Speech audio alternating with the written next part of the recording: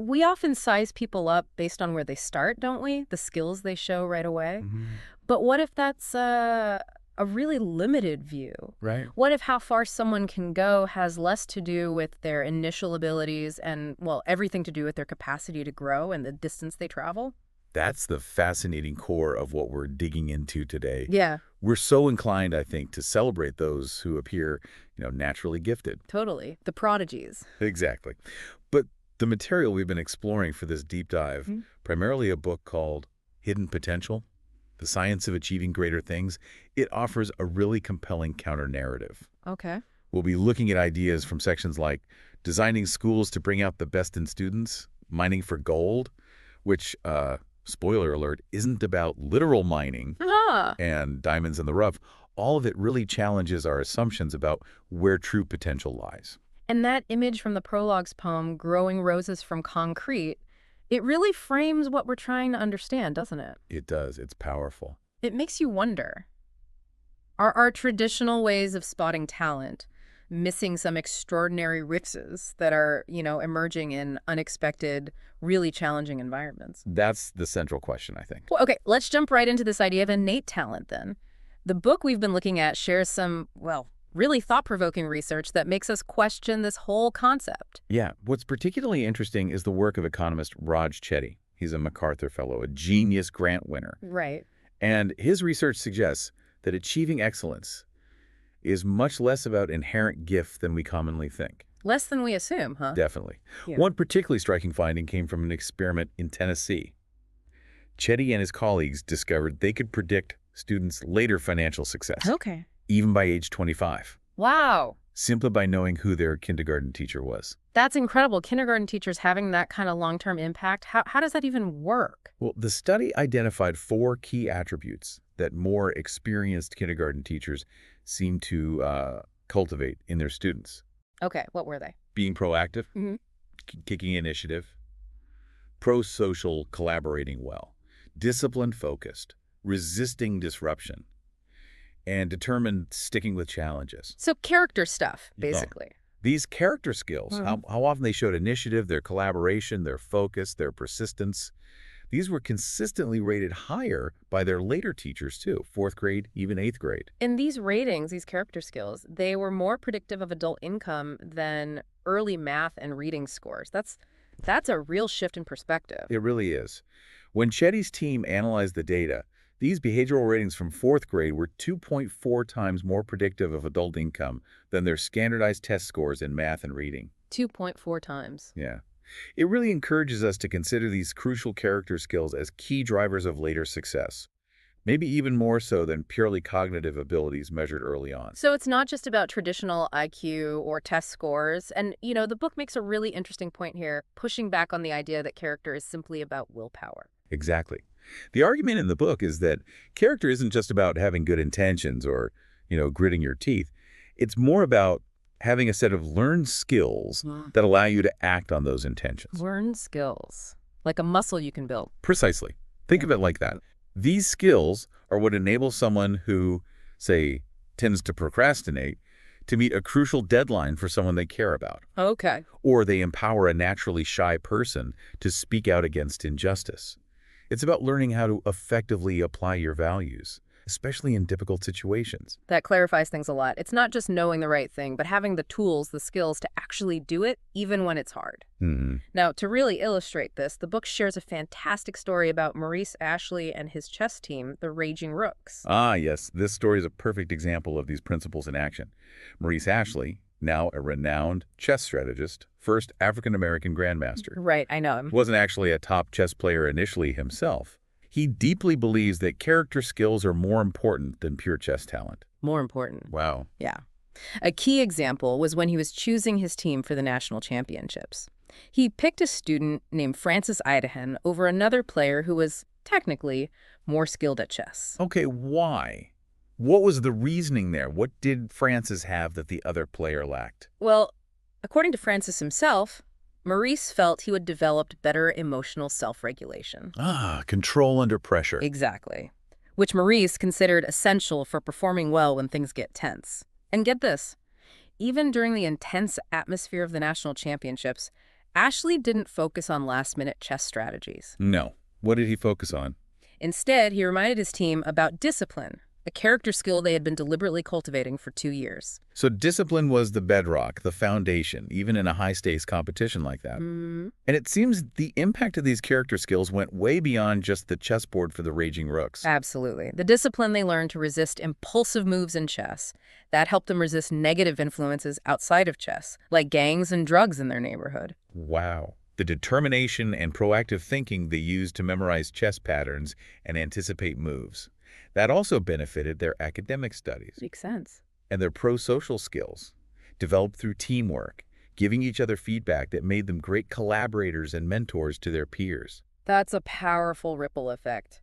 And it led to some really significant successes, didn't it? It sure did. Yeah. Charu Robinson, one of the raging rooks, earned a full scholarship to Dalton, a prestigious school, after defeating one of their best players. Fantastic. He went on to get a criminology degree and became a teacher, wanting to give back what he'd gained. That's great.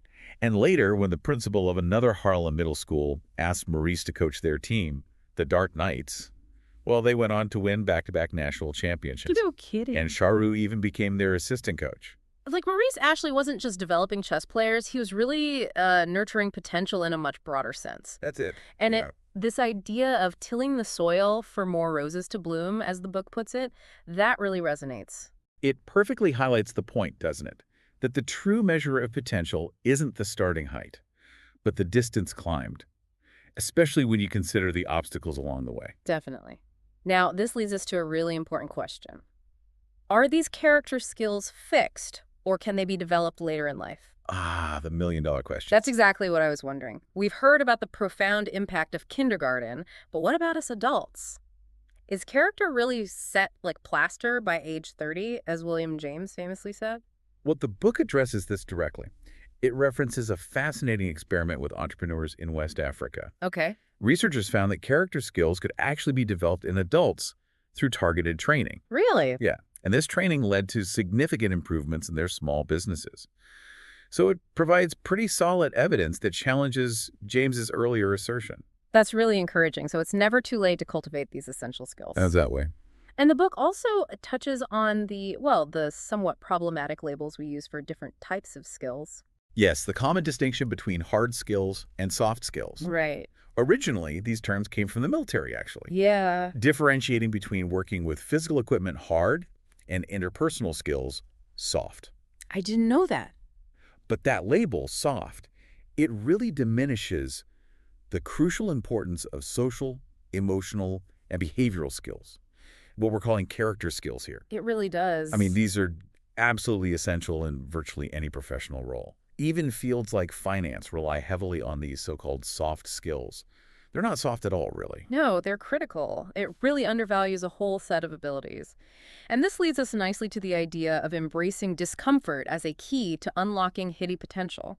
This is highlighted through the stories of Benny and Sarah Maria and their language learning journeys. Right. What's striking about Benny and Sarah Maria is that both had spent years, literally years, in unsuccessful traditional language study. Like many of us. Exactly.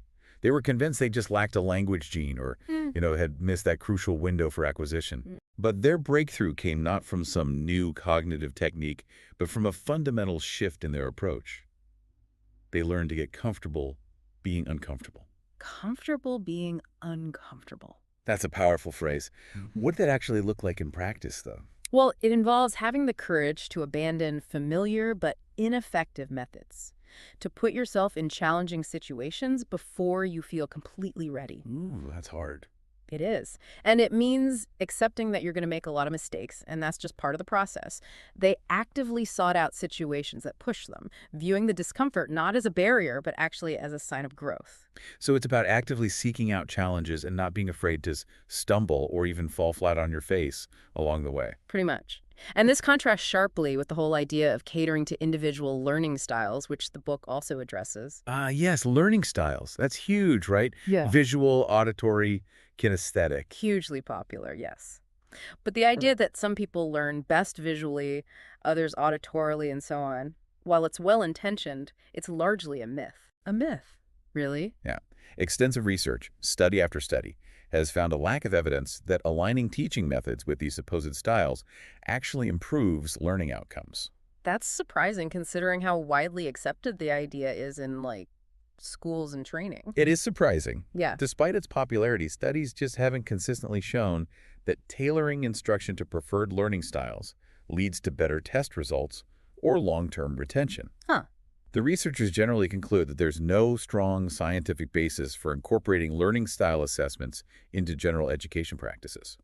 So what we often attribute to learning styles might actually be something else entirely, like maybe just preference versus effectiveness. Could be.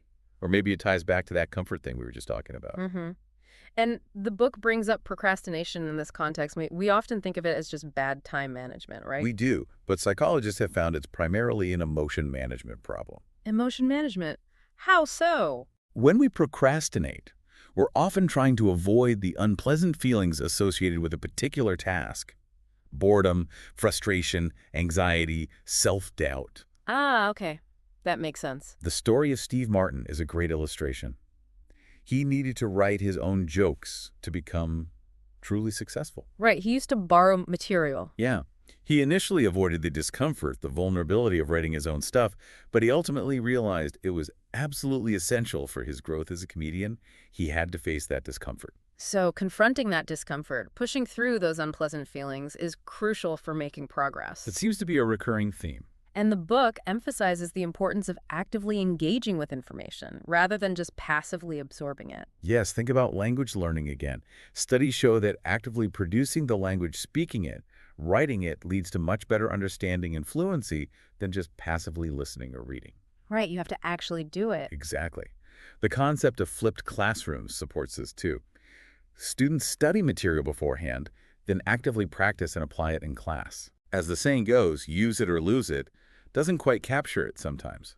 Sometimes if you don't actively use it, you might never truly gain it in the first place. Interesting distinction. And this principle even extends to open-mindedness.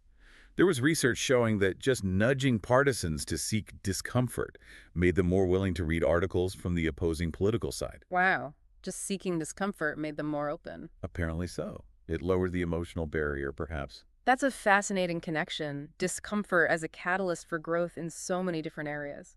Okay, let's shift gears a bit. Mindset and the role of feedback. The book introduces these interesting concepts, reactive rubber clay and proactive Teflon sponge. What do those mean? Right. These describe different ways people approach learning and how they engage with feedback. Someone who is reactive rubber clay is growth-oriented. They want to improve, but they tend to be passive. They need external forces to shape them, like rubber or clay. Okay. So open to feedback, but not actively seeking it. Kind of, yeah. They'll internalize it when it comes. On the other hand, someone who is proactive Teflon sponge, well, they're often more ego-driven. They actively seek feedback, like a sponge soaking things up. But like Teflon, negative feedback, criticism, it just doesn't stick. They tend to filter out anything that challenges their self-image or ego. I think we all know people like that. So which mindset is more conducive to learning and growth then? Well, the book argues that learning is far more likely when someone is reactive and growth-oriented, like that clay that can be molded. Okay. They embrace discomfort, they internalize feedback, seeing it as a chance to improve, even if they didn't ask for it. That makes sense. The story of the javelin thrower, Julius Jago, is amazing here. He lacked natural physical advantages, wasn't conventionally built for it. Yeah. But he became world-class by proactively seeking information, watching YouTube videos of elite throwers, and adapting it to his own unique style. He was like a sponge, but he made the information work for him. He taught himself using YouTube. That's incredible initiative. A proactive sponge who wasn't Teflon. Exactly. And the book also includes a personal anecdote from the author about feedback that wasn't particularly helpful, right? Yes, the experience of receiving really unhelpful, kind of demoralizing criticism. Like being told their nervous breathing sounded like Darth Vader. Ouch. Or that they lacked the confidence to command respect. Yeah. It underscores the importance of being a sponge, maybe, absorbing information, but also needing to filter it effectively. Definitely. Not all feedback is created equal or delivered well. Absolutely. And speaking of feedback, The book shares that great story about Melody Hobson receiving invaluable, though tough, feedback from Bill Bradley. Oh yeah, that's a powerful example of direct but constructive feedback paying off. Bill Bradley, the former NBA star and senator, Yay. observed that Melody, while incredibly curious and engaging, had a tendency to dominate conversations. He called her a ball hog, basically. Wow, that's direct. Very. But that feedback, though initially difficult to hear, prompted Melody to actively work on improving her listening skills. She took it constructively. And her proactive response to that feedback really had a significant impact on her development, didn't it? And her relationship with Bradley, leading to mentorship and opportunities.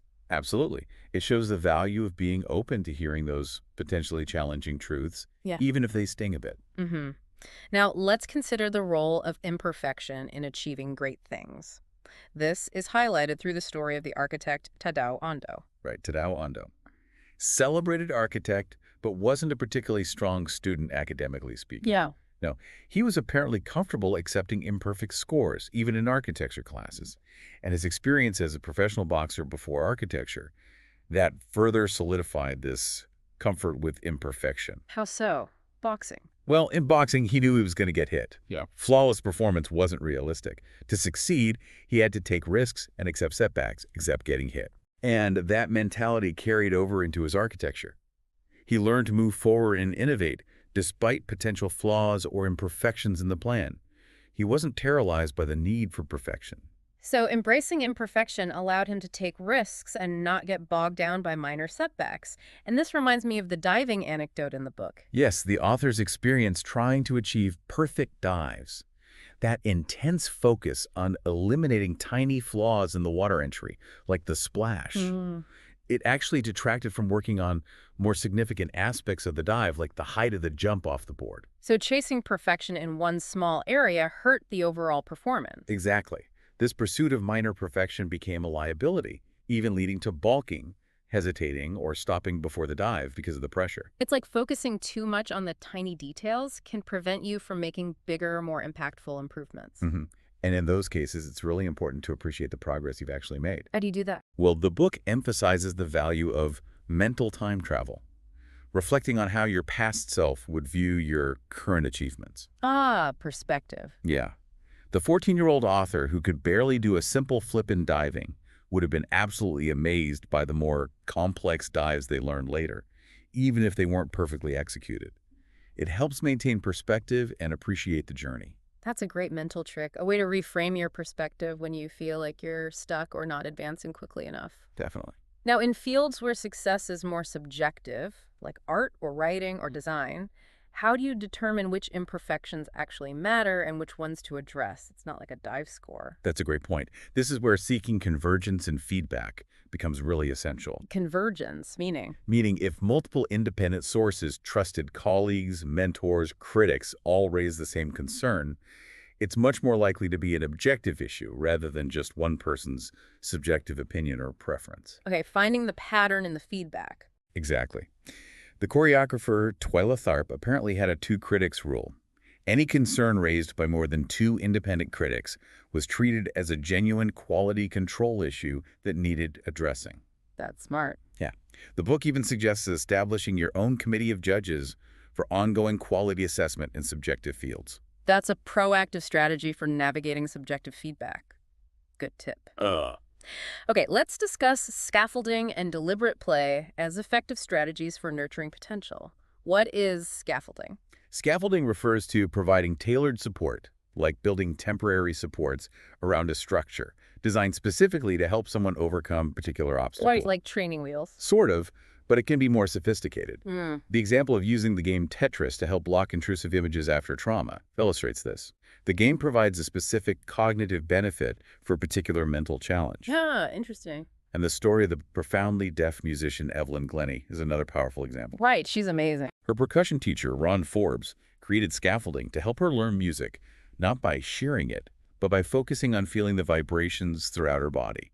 He helped her find a different pathway. That's an incredible adaptation, finding a completely different way to connect with music. Just amazing. And deliberate play. How does that differ from just, regular practice or drills? Deliberate play is about making practice enjoyable and skill building at the same time by incorporating elements of fun and intrinsic motivation. It's not just mindless repetition. Okay. Research on concert pianists, for example, show that in their early years, their practice wasn't obsessive drills for hours on end. It was often driven by genuine interest and enjoyment exploring the music. So less rigid. Yeah, and this contrasts with early specialization in sports, which can sometimes lead to burnout because it's all drill, no play. Right. Brandon Payne's coaching of Stephen Curry is cited as a great example of deliberate play in a high-performance context. He incorporates game-like situations into practice to make it more engaging and ultimately more effective than just shooting drills. So it's about finding that sweet spot where passion and skill development intersect, making practice a source of joy or at least engagement rather than just a chore. Exactly, making it feel less like work. And the book also highlights the importance of taking breaks in all this. Yes, breaks offer several key benefits. They obviously help sustain passion for the activity over the long haul. Prevent burnout. Right.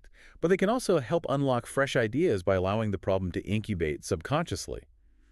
You walk away and suddenly the solution pops into your head. Happens all the time. And even brief micro breaks during intense work can significantly reduce fatigue and boost mental energy. It's counterintuitive, isn't it? Sometimes stepping away from a challenge is the most effective way to move forward. It really seems to be. Now, we know progress isn't always a straight line up.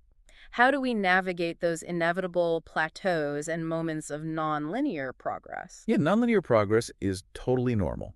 It's a standard part of learning anything complex, and plateaus are definitely to be expected. The story of the baseball pitcher R.A. Dickey is perfect here. He had a very late career breakthrough, like age 35. That is late for baseball. Very. After years toiling in the minor leagues. And he did it by mastering the knuckleball, a really difficult, unpredictable pitch. Ah, the knuckleball, right. He ultimately exceeded his wildest dreams, won the Cy Young Award, even though he didn't reach the initial levels of perfection he might have aimed for with more traditional pitches earlier in his career. So sometimes you have to take a completely different, maybe even unconventional path to unlock your potential. Seems so. And more advanced skills often have steeper learning curves anyway. They might require totally new strategies, even actively unlearning old habits that worked before but don't anymore. That's tough, unlearning things. It is, and the book also touches on why experts aren't always the best guides for beginners. Oh, why not? You'd think they'd be the best. Well, it's often due to what psychologists call the curse of knowledge. The curse of knowledge. Yeah, the more deeply an expert understands a subject, the harder it becomes for them to remember what it felt like not to know it. They've forgotten the struggle. Ah, they can't relate to the beginner's confusion. Exactly. They've progressed so far. They might struggle to explain things clearly from a beginner's perspective, and they might not share the same initial strengths and weaknesses the beginner has. Okay, that makes a lot of sense. This is why seeking multiple guides or mentors, people with diverse perspectives and maybe different stages of expertise, can be particularly valuable when you're starting out on a new path. Like R.A. Dickey did when learning the knuckleball, right? He talked to several different specialists. Precisely. He gathered insights from various sources. Good strategy. Now, the book introduces this feeling of languishing. What's that about? Languishing. Yeah, that sense of emotional stagnation. You're not quite depressed or totally burned out, but just feeling kind of blah, unmotivated, stagnant. I think we've all felt that. Probably. The book suggests that engaging in a digression, pursuing a side project or a hobby in a completely different area, can provide a surprising boost.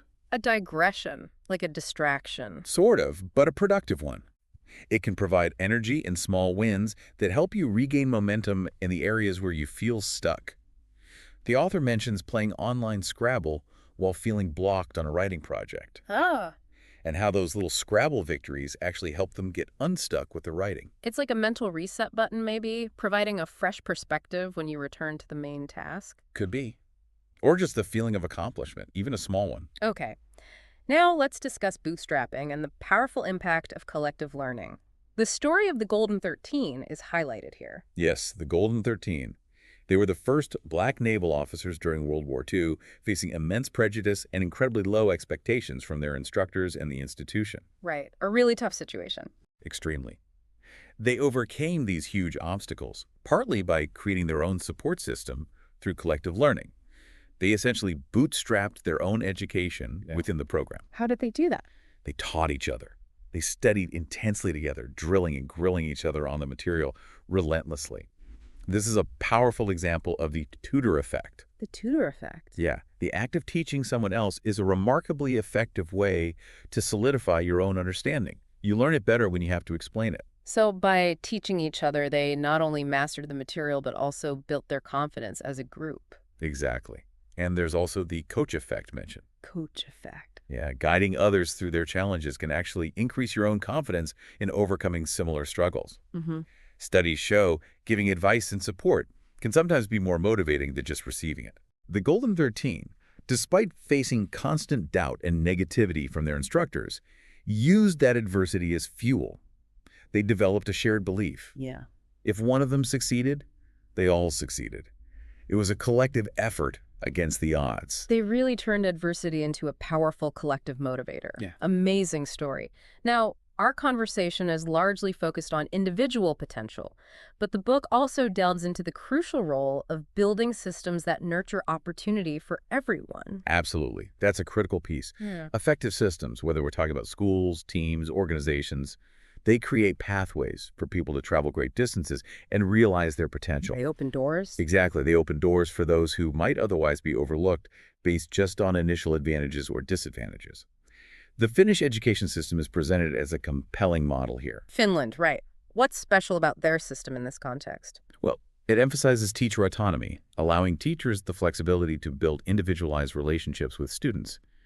There's a strong focus on early intervention for struggling students, and it seems to foster a genuine love of reading, partly by letting students choose their own books. It's a system that seems to prioritize the well-being of students alongside academic performance. And empowers teachers to truly understand and support individual needs. This contrasts, the book notes, with the increasing trend in, say, American kindergarten towards more formal academics and less play, less exploration. Right, a very different philosophy. Okay, let's transition to the concept of collective intelligence in teams and the characteristics of effective leadership in fostering it. Collective intelligence, it's about creating a dynamic where the group as a whole achieves more than just the sum of its individual talents. The team becomes smarter together. Okay, and leadership. Effective leaders in this context prioritize the shared mission and team cohesion over their personal ego. Their goal is to make the entire group smarter, not just to showcase their own brilliance. Right. The story of the Chilean mine rescue is used as a vivid illustration. It shows how a group of capable individuals was transformed into a highly effective, incredibly resilient team under strong, mission-focused leadership. And the book debunks the Babel effect, right? The tendency to promote those who just talk the most. Yes, we often mistake talkativeness for competence. But the book argues truly effective leaders for collective intelligence are often skilled listeners. Listening as a key leadership skill. Absolutely. André Sugaret's leadership during the Chilean mine rescue emphasized this, and techniques like brainwriting. Brainwriting. Yeah, where everyone contributes ideas anonymously and writing first before discussion. This can be really helpful in generating a broader range of perspectives and preventing a few dominant voices from overshadowing potentially great ideas from quieter members. That's a practical technique. Even organizational structures matter, like the lattice system used at Gore, which allows ideas to flow more freely across different levels and teams, preventing good ideas from getting stuck in silos. It's all about creating an environment where every individual feels empowered and safe to contribute their unique potential to the group effort. Exactly. Finally, the book explores the need for rethinking traditional selection processes hiring, admissions to better identify those diamonds in the rough.